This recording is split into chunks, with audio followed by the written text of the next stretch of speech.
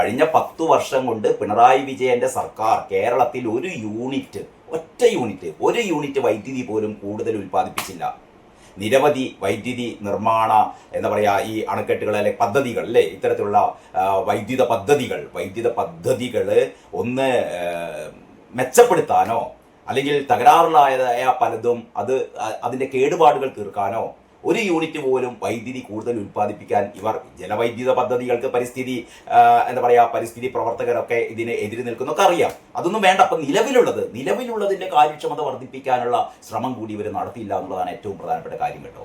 മറ്റൊന്ന്, കേരളത്തിൻ്റെ ആവശ്യത്തിന് വേണ്ട വൈദ്യുതിയുടെ ഒരു 70% പുറത്തു നിന്നാണ് വാങ്ങുന്നത്. അതാണ് ഇവരെന്തോ 10 വർഷം കൊണ്ട് ഞങ്ങളിവിടെ തേനും പാലും ഒഴുക്കി വികസനം എന്നൊക്കെ പറഞ്ഞ ഈ പിണറായി വിജയൻ സർക്കാർ ചെയ്ത പാതകം എന്താണെന്ന് അറിയോ? ഈ 10 വർഷത്തിനിടയിൽ ആവശ്യത്തിന് നമുക്കിവിടെ ഭക്ഷണ സാധനങ്ങൾ, പച്ചക്കറിയും നെല്ലും തുടങ്ങിയ മനുഷ്യന്റെ ഭക്ഷണ സാധനങ്ങൾ 10% പോലും ഇവിടെ ഉൽപ്പാദിപ്പിക്കുന്നില്ല. ഈ വൈദ്യുതി ആകെ 30% ഉൽപ്പാദിപ്പിക്കുന്നത്. 30% താഴെ 28-29%. ബാക്കിയുള്ള 70% കൂടുതൽ പുറത്തുനിന്ന് വാങ്ങിക്കുകയാണ്. ഇതിൻ്റെയൊക്കെ ഇടയിലാണ് കേന്ദ്ര സർക്കാരിൻ്റെ പ്രത്യേക താല്പര്യം കൊണ്ട് പുരപ്പുര സോളാർ, നമുക്കറിയാം ഒരുപാട് പേര് കേന്ദ്രത്തിൻ്റെ പ്രത്യേക സബ്സിഡിയൊക്കെ ഉണ്ട്, ഏതാണ്ട് 1 ലക്ഷത്തിൽ താഴെ സബ്സിഡിയൊക്കെ കിട്ടും. അതുകൊണ്ട് തന്നെ പലരും പുരപ്പുറ സോളാർ പദ്ധതി അല്ലേ, അത് വ്യത്യസ്ത സ്ഥാപനങ്ങൾ. പക്ഷേ ഈ പുരപ്പുറ സോളാർ പദ്ധതിക്ക് ആവശ്യമായ സഹകരണം KCB നൽകുന്നില്ല.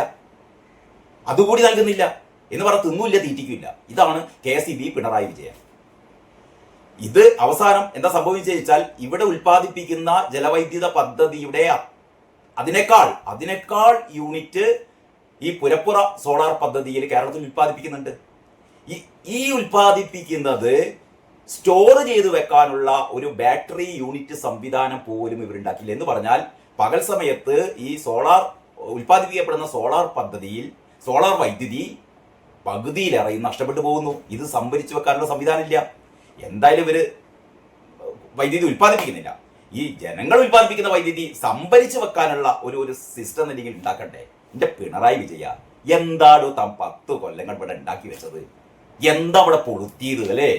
എന്നിട്ട് ഉളുപ്പും മാനില്ലാതെ എത്ര കോടിയാണോ ചെലവാക്കിയത് അല്ലേ? 270 കോടി ചെലവാക്കിയിട്ടല്ലേ മന്ദം തല ഈ ആകാശത്ത് മുഴുവൻ നിറച്ചത്. 6000 വലിയ ബോർഡ്. വല്ല കാര്യമുണ്ടോ? ജനങ്ങൾ രാത്രി ഉറങ്ങുന്നില്ല. ഉമ്മൻചാണ്ടിയുടെ ഭരണകാലം പവർ കട്ട്, ലോഡ് ഷെഡിങ് നിന്റെ ഭരണകാലത്താണ്. ഉമ്മൻചാണ്ടിയുടെ ഭരണകാലത്താണെങ്കിൽ നേരത്തെ പറയുമായിരുന്നു ഇന്ന സമയത്ത് പവർ കട്ട് ഉണ്ടാവും, ലോഡ് ഷെഡിങ് ഉണ്ടാവും, ആൾക്കാർക്ക് അതിനനുസരിച്ച് ക്രമപ്പെടുത്തായിരുന്നു. ഇതല്ല, ഇത് തോന്നിയ പോലെ പറയില്ലല്ലോ. പറഞ്ഞു കഴിഞ്ഞാൽ ലോഡ് ഷെഡിങ്, പിണറായി വിജയന്റെ കാലത്ത് ലോഡ് ഷെഡിങ് ഇല്ല, പവർ കട്ട് ഇല്ല.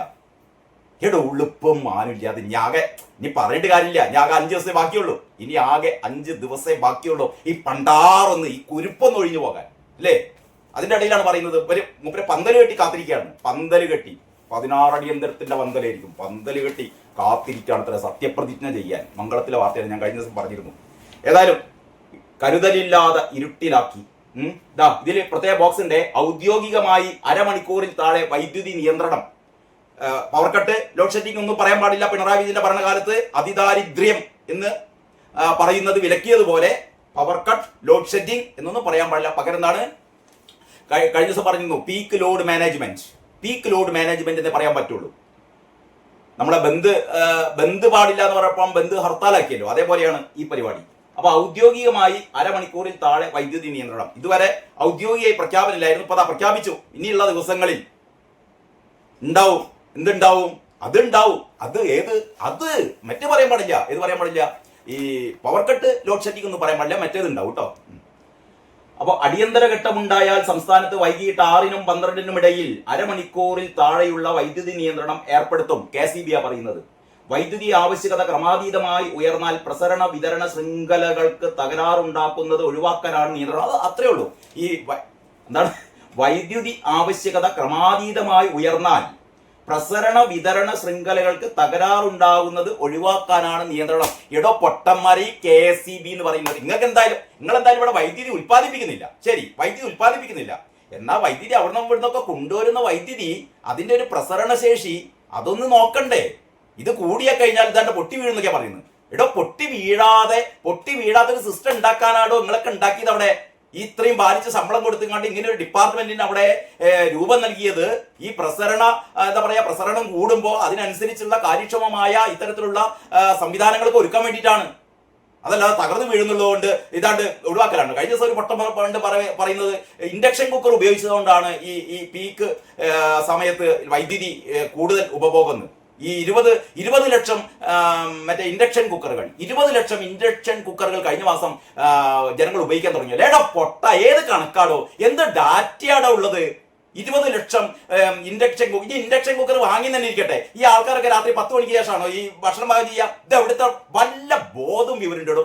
ഈ ഇൻഡക്ഷൻ കുക്കർ ഉണ്ടെങ്കിൽ തന്നെ ആൾക്കാർ എപ്പോഴാണ് പാകം ചെയ്യുക? അത് കേരളത്തിലെ പ്രധാനപ്പെട്ട ഭക്ഷണ പാകം ചെയ്യൽ പറഞ്ഞാൽ പകൽ സമയത്താണ്.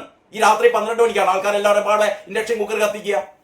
പറയുന്നതിനൊരു ലോജിക്കില്ല. അതെന്തെങ്കിലും വിളിച്ചു പറയുക. സ്വന്തം ഉത്തരവാദിത്തങ്ങൾ നിറവേറ്റാതെ, അത് പിണറായി വിജയൻ മുതൽ ഇങ്ങോട്ടുള്ള ഒന്നുമില്ല. പറഞ്ഞാൽ മതി വെറുതെ. അതിദാരിദ്ര്യം നാളെ മുതൽ ഇല്ല.